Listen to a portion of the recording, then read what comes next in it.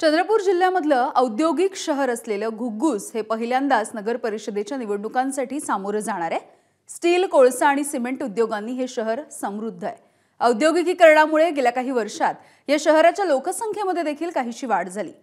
असं सगळं असलं तरी पायाभूत सुविधा आणि प्रदूषणाच्या समस्येमुळे नागरिक हैराण झालेले आहेत। नगर परिषद निवडणुकीच्या प्रचाराला सगळीकडे सुरुवात झाली आहे आणि चंद्रपूर जिल्ह्यातली एक नगर परिषद जी महत्त्वाची आहे अनेक कारणांसाठी ती म्हणजे घुग्गुस नगर परिषद। घुग्गुस नगर परिषदेची ही पहिलीच निवडणूक आहे। घुग्गुस हे चंद्रपूर जिल्ह्यातील एक मोठं औद्योगिक शहर आहे।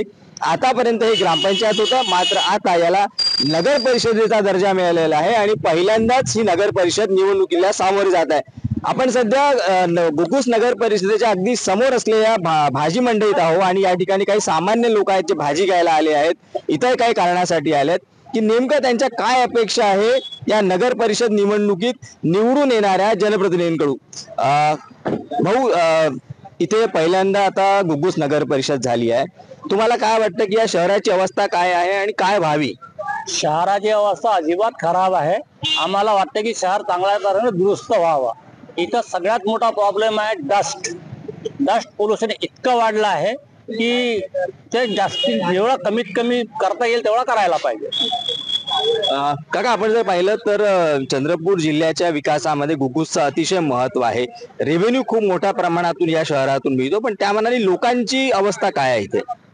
अवस्था तर खूप छान म्हणता पण नाहीये आणि खराब पण नाही म्हणताय।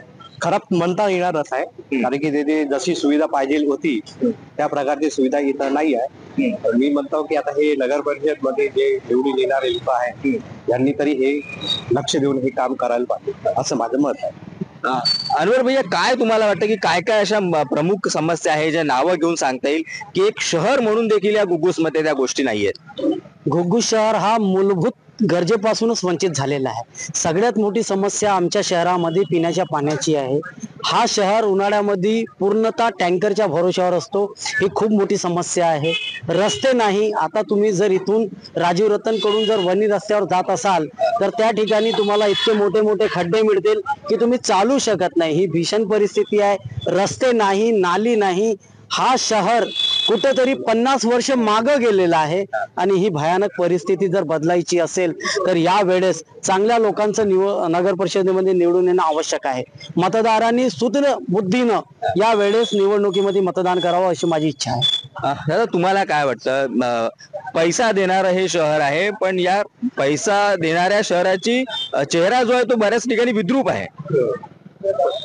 आम्ही जे नगराध्यक्ष ज्या पुढील भावी बघतो त्यांच्याकडून खूप अपेक्षा आहे आम्हाला की या घुग्गुसचा थोडासा विकास झाला पाहिजे। बेरोजगारी आहे, डस्ट आहे, प्रदूषण आहे, एवढ्या कंपन्या आहे, बाहेरून लोक येतात, त्यांचीच गर्दी, हे कसं हे शहर थोडंसं गच्च झाल्यासारखं वाटते।